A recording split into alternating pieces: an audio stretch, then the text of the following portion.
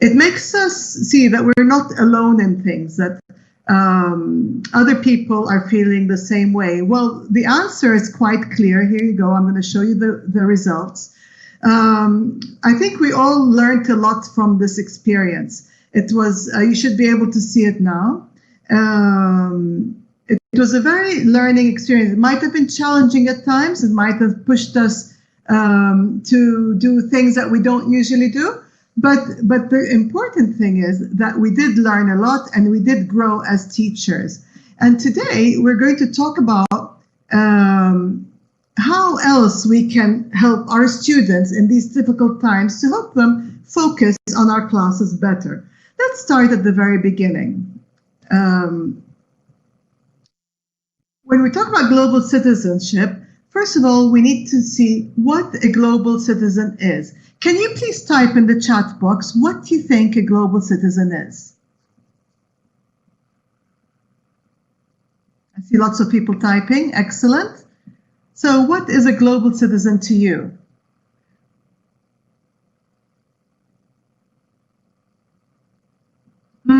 Yes, could be nature lover, a citizen capable of integration. Yes, very nice answers. Someone's aware of the world. Yes, no borders anywhere. Someone can live anywhere. There's many different ways you can look at it. A tolerant citizen, adaptable. Yes, fantastic. Fantastic answers. Citizens of the same planet. Yes, absolutely. Thank you very much for those answers. A global citizen basically is someone who is aware of and understands the wider world and their place in it. They take an active role in their community and work with others to make our planet more equal, fair, and sustainable. And it's about the belief that we can all make a difference, basically, no matter how small or how big. So we look at our planet. We look at our planet and the world as a whole. It really changes the way you look at things. If we look a bit outside our country, we look at it's a huge place. The world is a very, very big place. It sort of puts things into perspective. We don't live alone in this huge planet, and it's just as important to learn about our country as it is to learn about the world around us. For example, the world's population grows by about 200,000 people every day.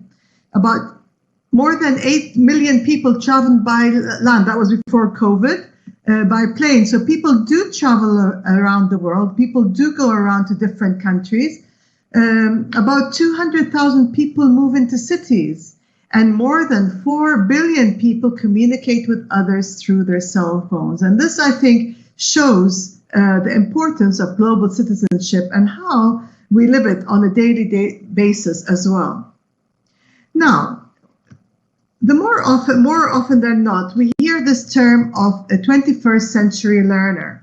Now, the 21st century learner is not only our student and our pupil anymore, it's a 21st century learner. And they have different skills than they used to long ago before I started teaching. So all you new teachers are more in touch with this, with the young learners of today. It's important that they have these skills, to have global awareness, to be aware of the world around them, to be aware of different countries and what they offer. They're curious, it fills out their curiosity. They need to be able to think critically and creatively. And that's why we have to give them different types of activities to challenge them. And with the technology today, they need a little bit more exciting content to keep their interest in our classes. The ability to navigate academic content also for the older students. New literacies we have to implement into our classrooms to keep their attention, like visual, media, and technology. It's very, very important to students of today, the 21st century learners. And also to be able to communicate effectively, because not only by speaking, but also in writing, because everything's through emails these days, and they have to be able to write properly in order to be able to communicate. So we see all these skills now on the right-hand side, and we see we're looking at now the power of content. What sort of content do we need to use in order to be able to cover these skills that our 21st century learners need? So the sort of content that they need is for it to be authentic, as one, real stories, authentic stories, things that really happen around the world, global as well, because it's also ignites their curiosity, because once they know that this is a real story in a different country, it gets their attention more. And it needs to be relevant to them. It needs to be relevant to the students. So the topic-wise, it needs to be relevant to the students that you're teaching, depending on the level, of course, the age group and the level that you're teaching. So here's what I mean. This is an idea of what I'm talking about, and you can tell from the title, it's the world's oldest first grader. Now, if you can type in the chat box, how old do you think this man is?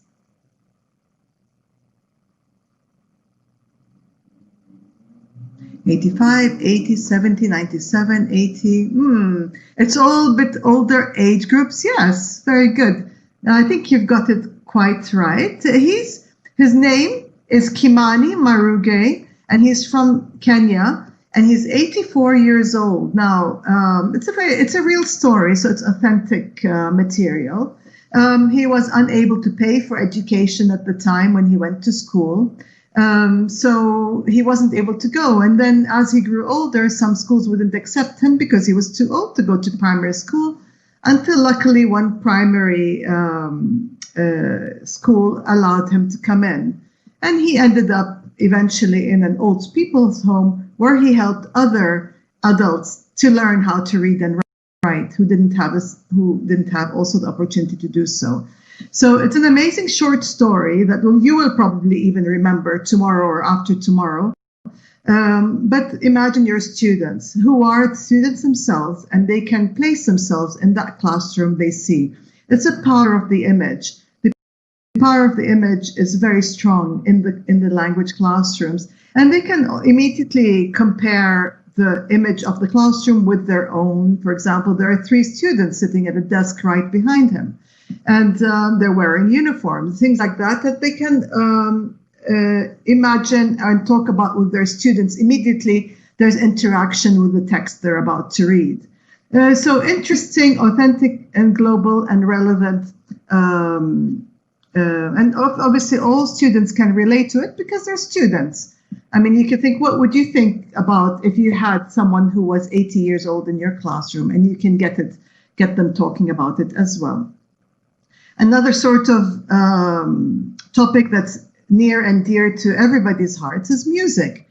Music brings the world together. So any sort of topic about music shows how people come together for these kind of things. For example, raising money for an event, as we've seen in the past, concerts taking place to raise money for some cause that's taking place. So music is also something authentic, real, and relevant to everybody's lives.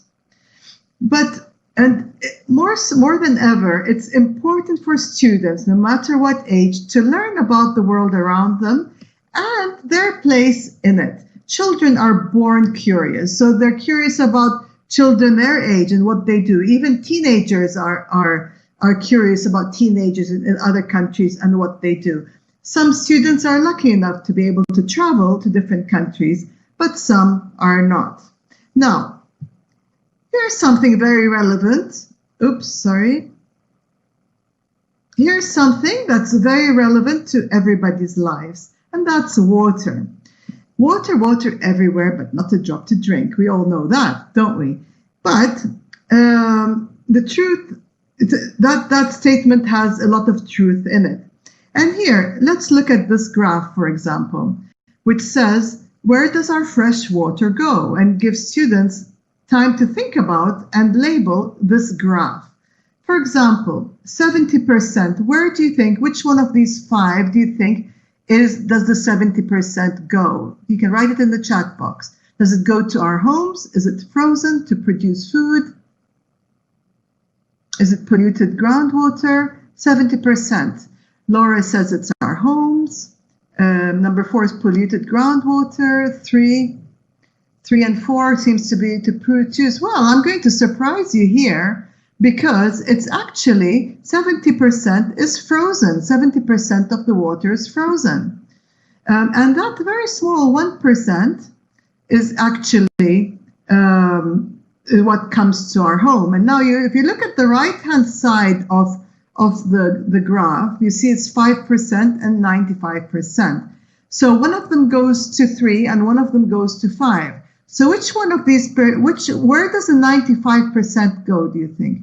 Does it go to our, to produce clothes and water, or to a clean place where we can reach? 3, many people say 3, 95%. Let's see a few more, some 5, some are going back and forth. Well, this is very interesting because 95% goes to food, to producing food, clothes, and energy, while only 5% goes to a clean place where we can reach. And these kind of real statistics that we have in the books really get our attention, and I'm sure it's given you some food for thought for today as well. So we know water is important, we know that we need to save water, but sometimes to see some statistics like this helps us put things into perspectives and make sure to inform our students about it. So here, we've heard a lot about climate change recently. We do hear a lot about that. Climate change is real. It is happening right now. It's the most urgent threat facing our entire species. And the truth is, if you look at the image on the left of the Statue of Liberty, you can see it's covered with water, because if all the ice in the world melted, coastal cities such as New York would be mostly underwater. Wow, that's a scary thought, isn't it? This is something really to think about, and the importance of climate change, and that's why there are so many people up in arms about it. So that's why we need to take care of our water. Now, we can see how we're going to get our students to care about the environment. Many are taught environmental studies in their classrooms, but in reality, students have a lot to say about the environmental problems, because in reality, it's their future. We need to give them time to reflect by activating their critical thinking activities and give them critical thinking skills, and get them to think about different topics like this here, about why some students become volunteers, and they can see students their age in different countries doing volunteer work to help the environment. And we give them some ideas. There's ready-made material, some questions for them to think about. For example, we should give money to help people, not animals. Do you agree? Why or why not? Well, we can have a debate about that one. Absolutely, Claudio. They live in this big world and we need to protect them. That's so true. And we need our students to see that as well. And these different ideas focus ready-made questions for you that you can use and get their interaction going in classroom.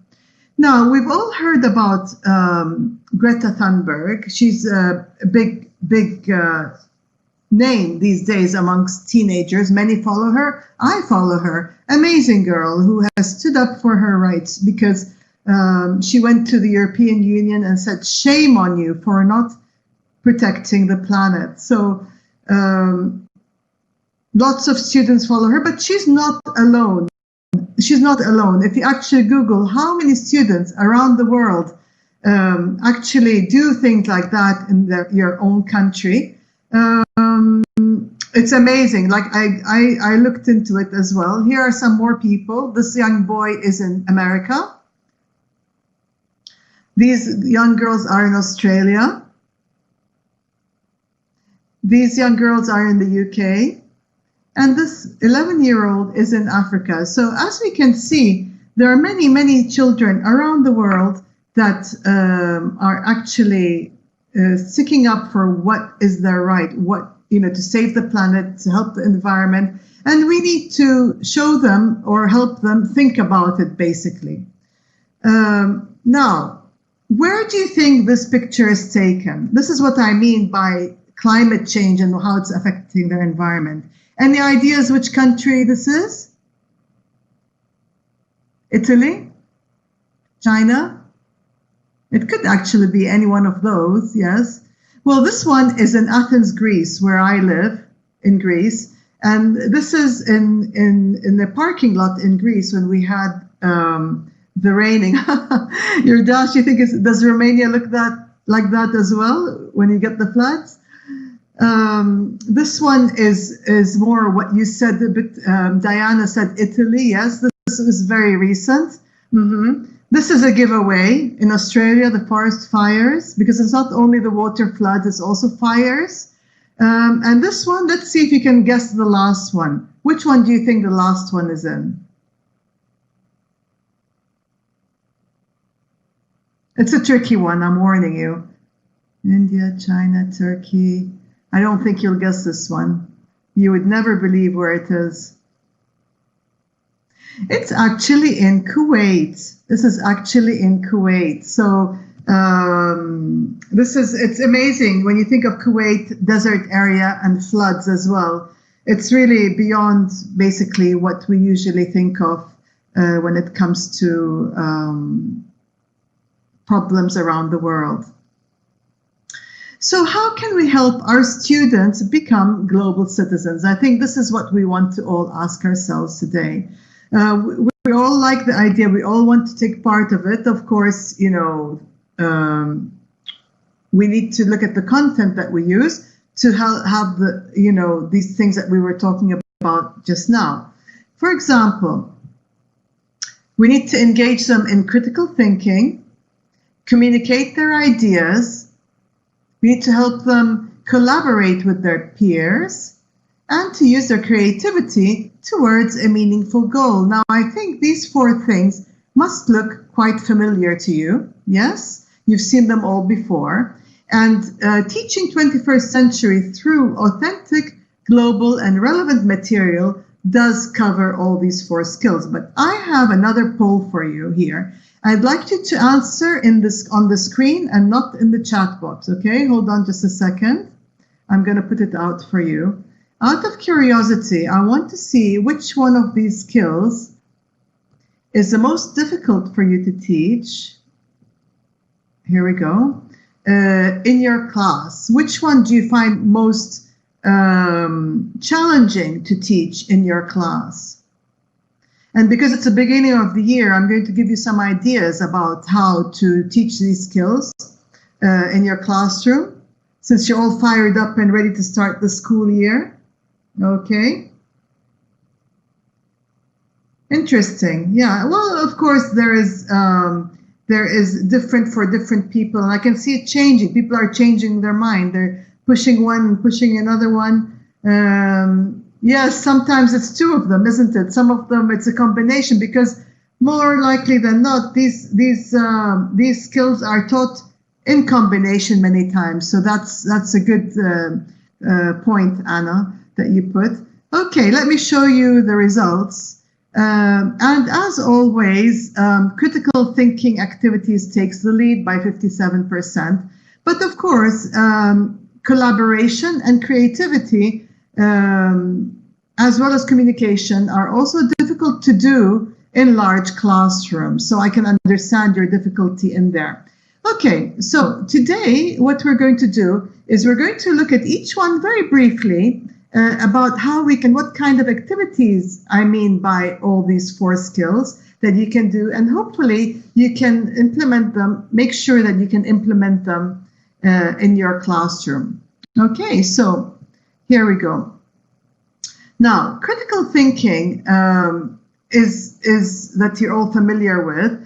And some of you say, what is critical thinking? What type of activities are those? I've never been able to figure it out. So here are some ideas. When you ask students to predict what they think can happen, That's critical thinking. If you ask students to rank things from the most expensive to the least expensive, from the fastest to the slowest, from the most interesting to the least interesting, when you rank things, that's critical thinking.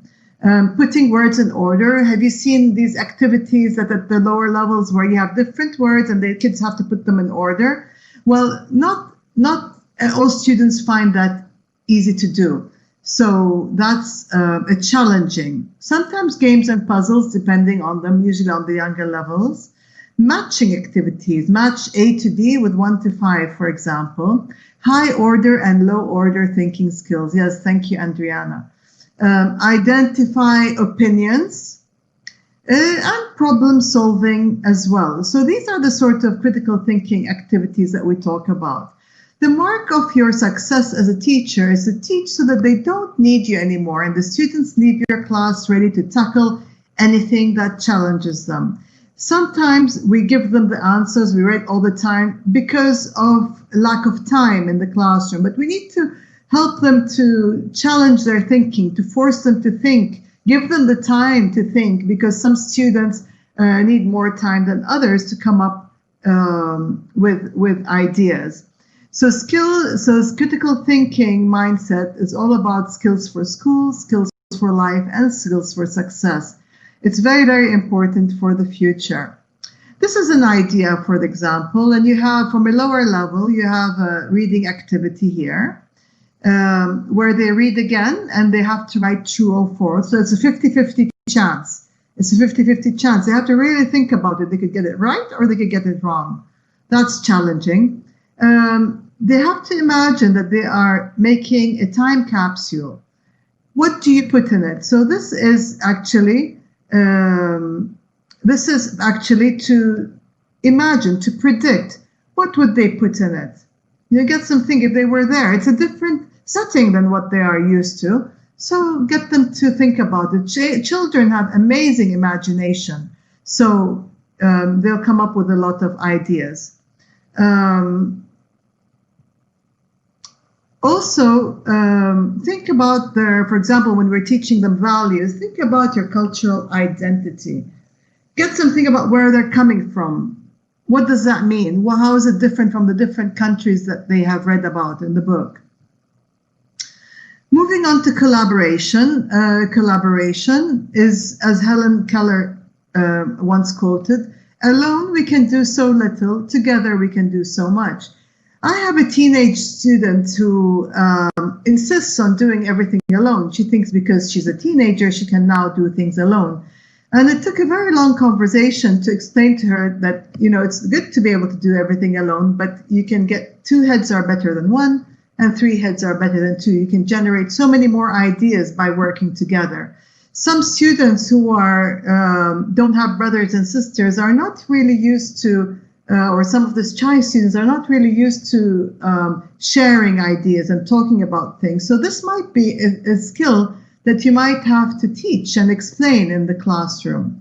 Collaboration entails working in pairs and groups, teamwork, sharing responsibility, like if you're doing a project and each one has to do their part of the project, they have to collaborate for the final result, assigning different roles within the groups, being flexible. For example, their idea might not work. You might have to use somebody else's idea to be able to talk about it and reach a conclusion.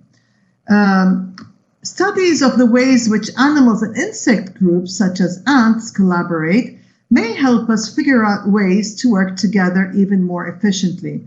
I'm sure all of us, especially when we were young, we used to stare at ants. They used to all work together, go towards the same place to carry a stick or carry something into their ant hole there. This is a perfect example of how even insects collaborate. So how can we do that in the class? We can implement role plays or drama activities, maybe do a end-of-year play where each one is given a role to play. Sometimes competitive team games that they have to work together in order to win the game. Yes, absolutely. You said that collaboration may be a social skill, but not every child has access to it. Yes, absolutely. That's exactly what I meant. Project work, doing posters, presentations together, though, with other children. Discussion and debates at the higher levels. Interviews and surveys. Surveys are great. If each student does a survey, then they put all the results together. They have to work together to put the results together in order to get a clear answer. And solving puzzles. Storytelling sometimes also requires collaboration. It is hard for different students, absolutely. It's all hard because sometimes students, because they're shy, it's hard to grade them on collaboration because it's not that they don't want to collaborate, it's just not in their character. But we can always encourage it. Now, with communication, it's a part of our classroom more so than ever, I think. But it's also the ability to listen as well as to speak. It's not a one-way street. I think that's the importance of communication that we need to point out.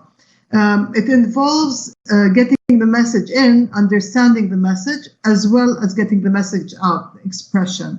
So it's the exchange of information between two or more people as well. And how are we going to do that? We see a lot of different communication around us. This looks familiar with your students? Oh yeah, they're sitting next to each other and probably sending messages to each other instead of turning around and talking. This is a new age. This is what they do, unfortunately, teenagers. This is a wonderful way of communication between people who are in different parts of the world. And it's could be people who are in love, people who are family members, even students in this lockdown situation that can actually see their friends and talk to them online. How about this kind of communication where this lady is teaching her mother how to use a cell phone or maybe Facebook, who knows? But it's the younger generation helping the older generation.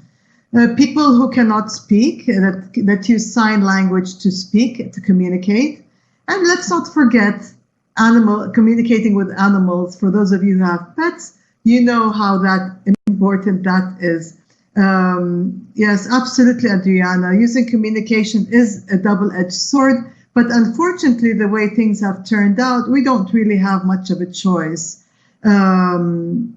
Yes, absolutely. And the first picture does represent the bad part of being a global citizen. If we're in touch, some students have friends around the world and they keep in touch with them in this way. So, yes. Now, in our books, we have different kinds of ways to help students to communicate. We have, we give them guided dialogues to listen, to read, and then to change the content. We get them to listen and to produce. We have different activities. We give them ideas of things to discuss and maybe write about. But also for the older students. For the older students, the activities are a bit different. They might be exam-oriented, and we might need to give them some tips, exam tips. We might need to give them useful expressions to use to help them their communication to move smoother. But also, we can give them ideas to talk about, because students seem to lack ideas. So if we give them other ideas of what to think about, time for them to think about it and make notes and then discuss it. Always give them time, because students, some students need more time than others to think about what they're going to talk about. So different communication tasks that we know about, some of them overlap with the others, as we know. Writing notes to each other, show and tell presentations. We've talked about communication, mostly about verbal communication, whether it's oral or written, but let's not forget non-verbal communication. What kind of non-verbal communication can you think about? Can you write a few ideas?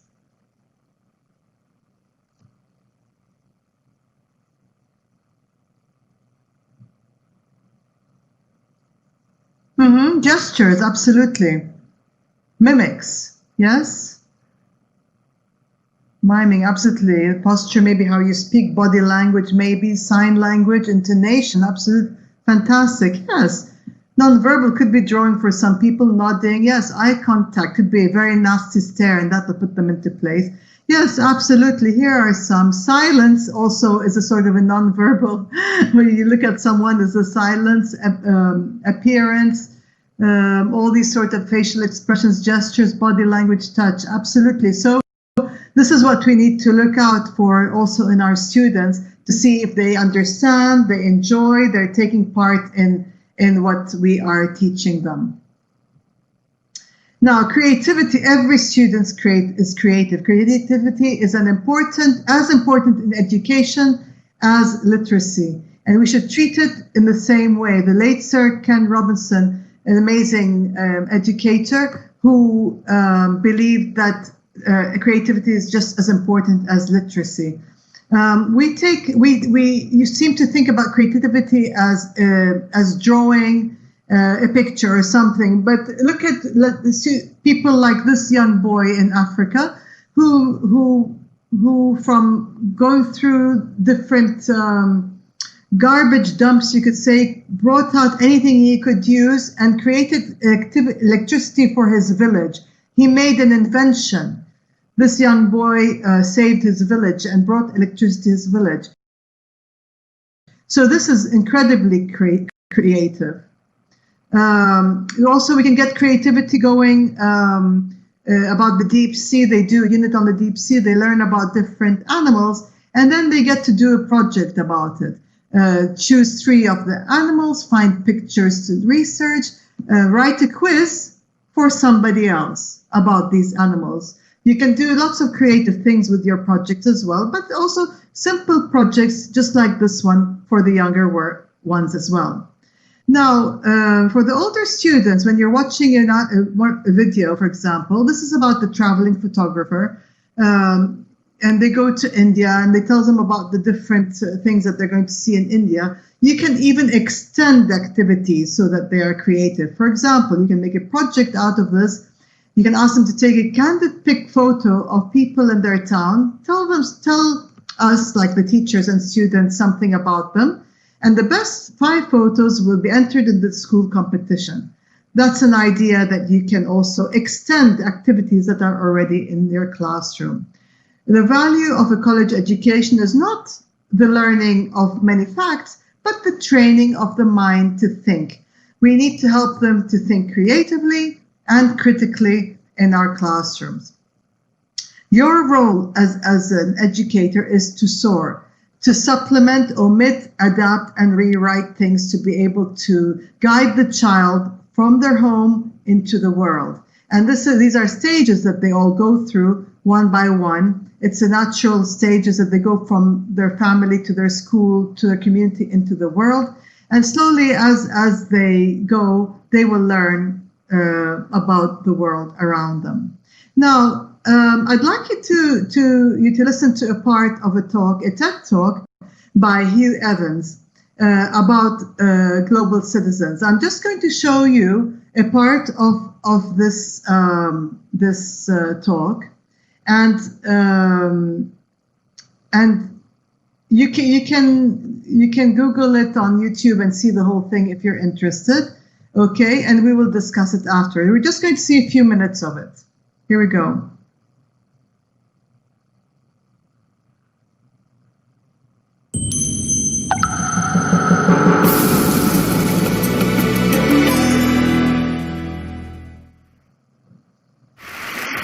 I want to introduce you to an amazing woman. Her name is Davinia. Davinia was born in Jamaica, emigrated to the US at the age of 18, and now lives just outside of Washington, D.C. She's not a high-powered political staffer, nor a lobbyist. She'd probably tell you she's quite unremarkable, but she's having the most remarkable impact. What's incredible about Davinia is that she's willing to spend time every single week focused on people who are not her, people not in her neighborhood, her state, nor even in her country, people she'd likely never meet. Davinia's impact started a few years ago when she reached out to all of her friends on Facebook and asked them to donate their pennies so she could fund girls' education. She wasn't expecting a huge response, but 700,000 pennies later, she's now sent over 120 girls to school. When we spoke last week, she told me she's become a little infamous at the local bank every time she rocks up with a shopping cart full of pennies. Now, Davinia is not alone. Far from it. She's part of a growing movement, and there's a name for people like Davinia: global citizens. Okay, I'm going to unfortunately have to stop this here, but you can see the importance of this talk by Hugh Evans. You can please go into YouTube and watch the whole thing, but I'm sure fortunately I'm a bit short of time. But what I like about this TED Talk is that Hugh Evans is talking about a different person and what she does. He's not talking about himself. He's talking about the movement of global citizens, which is so important in today's lives. So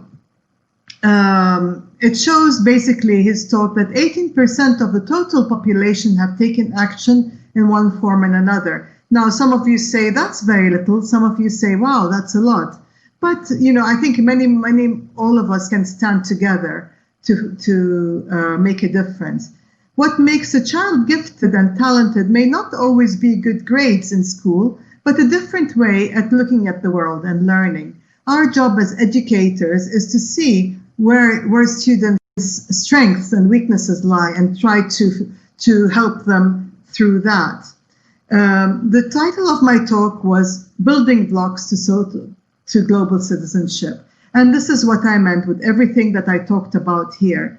Using authentic material, global topics, let it be relevant to our classes through the skills of critical thinking, communication, collaboration, and creativity, and putting them all together. All of these together will come together into your classroom to make a difference to the students and to yourselves as well. Personally, I'm a global citizen. I was born in Lebanon. I live in Greece. I usually travel around the world doing seminars and meeting teachers around the world, sharing experiences, supporting each other in any way we can. The question is, do you consider yourself to be a global citizen? You can do that through your classroom. It doesn't take much. I hope you will be able to implement that into your classrooms, if you don't already do.